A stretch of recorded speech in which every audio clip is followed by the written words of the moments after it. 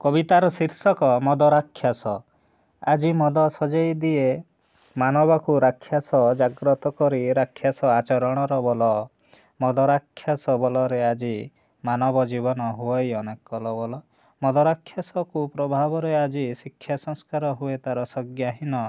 ମାନବିକତା ଆଚରଣ ଆଜି ଲୁପ୍ତ ହେବାକୁ ବସୁଛି। ଚାଲେ ଆଜି ଅନେକ ଅଜ୍ଞାନତାର ଶାସନ। କେତେ ଯେ ସୁନାର ସଂସାରକୁ ଆଜି ସେହି ମଦରାକ୍ଷସ କରିଦିଏ କାଲର ଗ୍ରାସରେ ଭସ୍ମୀଭୂତ। ବଢ଼ି ଚାଲେ ଖାଲି ଅଧର୍ମ ଅନ୍ୟାୟ ଅତ୍ୟାଚାର ଦୁର୍ନୀତି ଭ୍ରଷ୍ଟାଚାରରେ ମାନବ ସମାଜ ହେଉଛି ସର୍ବଦା ଶୋଷିତ। ଯେଉଁ ବାଟେ ଅନାଇ ଦେଲେ ଖାଲି ଦେଖିବାକୁ ହୁଏ ଅନେକ ମାଆର ଧର୍ଷଣ ବଳାତ୍କାର ଅତ୍ୟାଚାର ହେଉଥିବାର ବିକଳ ଚିତ୍ର। ଏଠି ଅନେକ ସୁନାର ସଂସାର ଉଜୁଡ଼ିଯାଏ ପୁଣି ଅଳ୍ପ ଦିନରେ ଲିଭିଯାଏ ଅନେକ ମାଆର ମଥାର ସିନ୍ଦୂର ବିକଳର କ୍ରନ୍ଦନରେ କମ୍ପିଯାଏ ସର୍ବତ୍ର। ଅନେକ ମାଆଙ୍କ ଆଖିରେ ଲୁହ ଆଜି ବହିଯାଏ ଧାର ଧାର ହୋଇ। ମଦରାକ୍ଷସହୀନ ଆଚରଣ ଅତ୍ୟାଚାରରେ ଅନେକ ଗୋଇଠା ବିଧା ପାହାର ଖାଇ।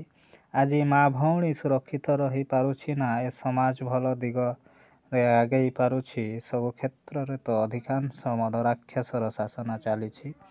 ସର୍ବଶ୍ରେଷ୍ଠ ବୋଲାଉଥିବା ମଣିଷ ମଦକୁ ଗ୍ରାସ କରି ନିଜକୁ ଆଜି ମଦରାକ୍ଷସର ଦିଏ ପରିଚୟ। ନିଜକୁ କୁକର୍ମରେ ସର୍ବଦା ଲିପ୍ତ ରଖି ନିଜ ମାନବିକତା ହରାଇବା ସହ ଏଠି ହୁଏ ସର୍ବଦା ମଣିଷ ନିର୍ଦ୍ଦୟ।